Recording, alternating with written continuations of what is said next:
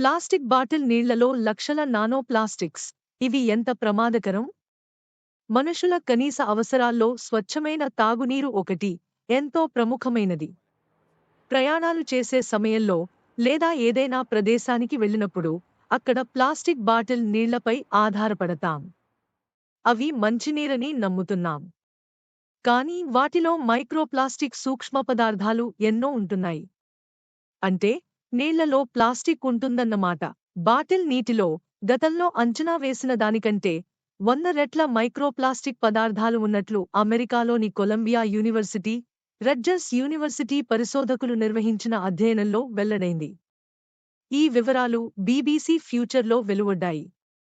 1 litre bottle నీళ్లలో 2.5 లక్షల nano plastic పదార్థాలు ఉన్నట్లు ఆ అధ్యయనంలో వారు గుర్తించారు.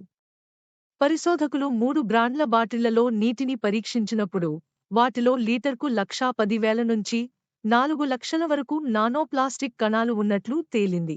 నీటిలోకి చేరిన ఆ ప్లాస్టిక్ కణాల్లో ఎక్కువ శాతం అదే బాటిల్ నుంచి వచ్చినట్లు సైంటిస్టులు చెబుతున్నారు.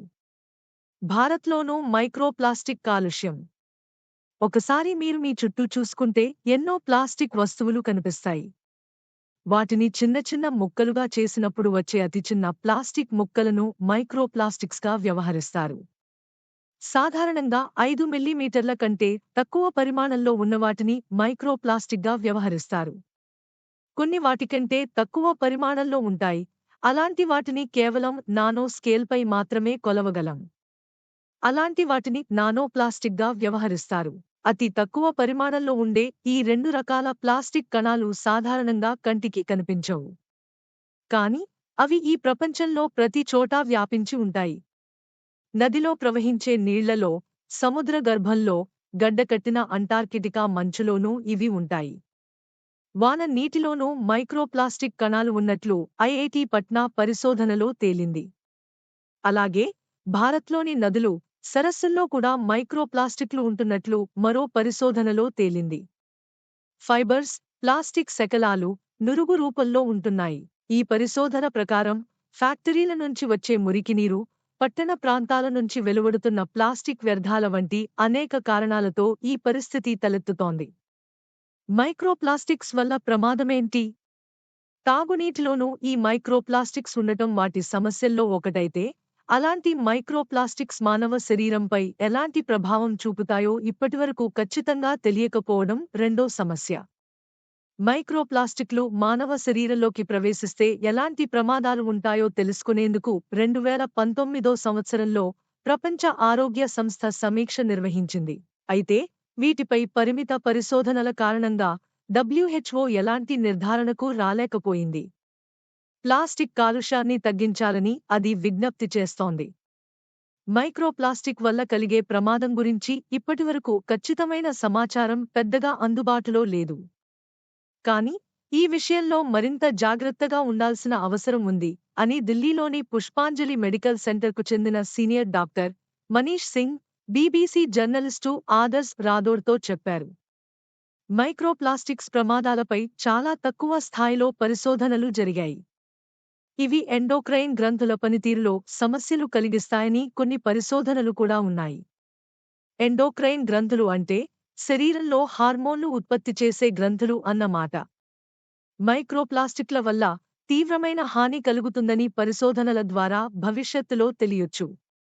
అందువల్ల ఇప్పటినుంచే అప్రమత్తంగా ఉండాల్సిన అవసరం ఉంది అని ఆయన అన్నారు. కూరగాయల్లో ఎక్కువ మైక్రోప్లాస్టిక్లు.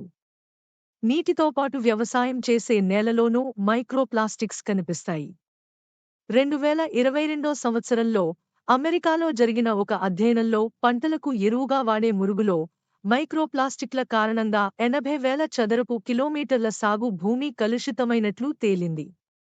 ఈ మురుగులో మైక్రోప్లాస్టిక్లతో పాటు ఎప్పటికీ భూమిలో కలిసిపోని కొన్ని రసాయనాలు కూడా ఉన్నాయి.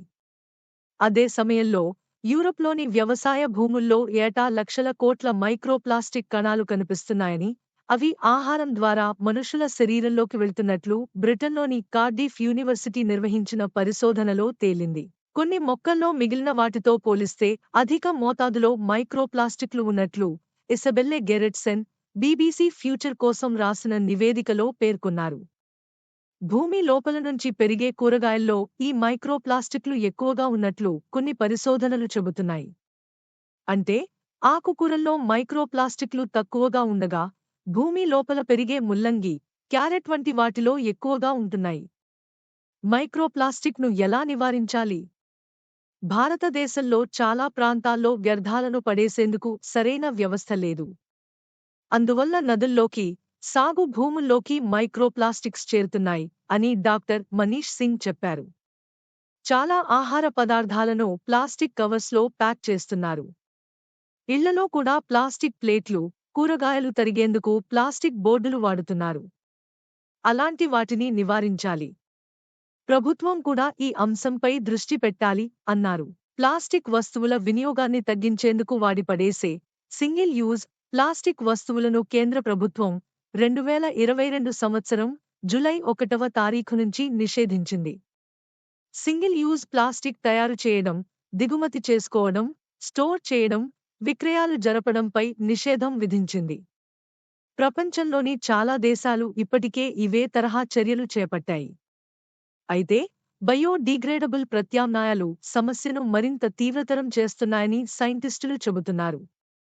బయోడీగ్రేడబుల్ సంచులు భూమిలో కలిసిపోయేందుకు కొన్ని సంవత్సరాల సమయం పడుతుందని బ్రిటన్కు చెందిన ప్లైమౌత్ యూనివర్సిటీ సైంటిస్టులు గుర్తించారు. అంతేకాకుండా అవి చిన్న చిన్న ముక్కలుగా విడిపోయి కాలుష్యాన్ని మరింత వ్యాప్తి చేస్తున్నాయి. ఆహారం నుంచి మైక్రోప్లాస్టిక్స్ను నివారించేందుకు గాజు సీసాలను గాని, స్టెయిన్లెస్ స్టీల్ను గాని వినియోగించాలని సూచిస్తున్నారు. గాజు సీసాలను రీసైకిల్ చేయడం సాధ్యమైనప్పటికీ గాజు తయారీలో సిలికాను ఉపయోగిస్తారు. అందువల్ల అది పర్యావరణానికి హానికరమని ఇసాబెల్ పేర్కొన్నారు. మైక్రోప్లాస్టిక్తో పాటు మైక్రోఫైబర్ కూడా సమస్యగా మారుతోంది. నీరు, సముద్రపు ఉప్పు, బీర్ వంటి వాటితో పాటు వస్త్రాల నుంచి భారీగా మైక్రోఫైబర్లు వస్తున్నాయి. ప్లాస్టిక్ వాడకాన్ని తగ్గించడమే పరిష్కారం. బీబీసీ ఫ్యూచర్లో ప్రచురితమైన కథనం ప్రకారం మైక్రోప్లాస్టిక్ ప్రమాదాలను తగ్గించేందుకు అవకాశాలు కూడా ఉన్నాయి. ప్లాస్టిక్ను విచ్ఛిన్నం చేసి భూమిలో కలిసిపోయేలా చేయడంలో బ్యాక్టీరియా, ఫంగస్ సాయపడతాయని పరిశోధకులు గుర్తించారు. అలాగే బీటిల్ లార్వా కూడా ఒక రకం ప్లాస్టిక్ పాలిస్టైరీను డీకంపోజ్ చేస్తుంది. ప్రత్యేక ఫిల్టర్లు, రసాయన పద్ధతుల ద్వారా కూడా నీటిని శుద్ధి చేయొచ్చు. ఈ విధానాల కంటే ప్లాస్టిక్ వినియోగాన్ని తగ్గించే విధంగా ప్రభుత్వం విధానాలను రూపొందించడం, ప్రజలు కూడా తమ స్థాయిలో ప్లాస్టిక్పై ఆధారపడడాన్ని తగ్గించుకోవడం మంచిది అని డాక్టర్ మనీష్ సింగ్ అభిప్రాయపడ్డారు. బీబీసీ తెలుగు సౌజన్యంతో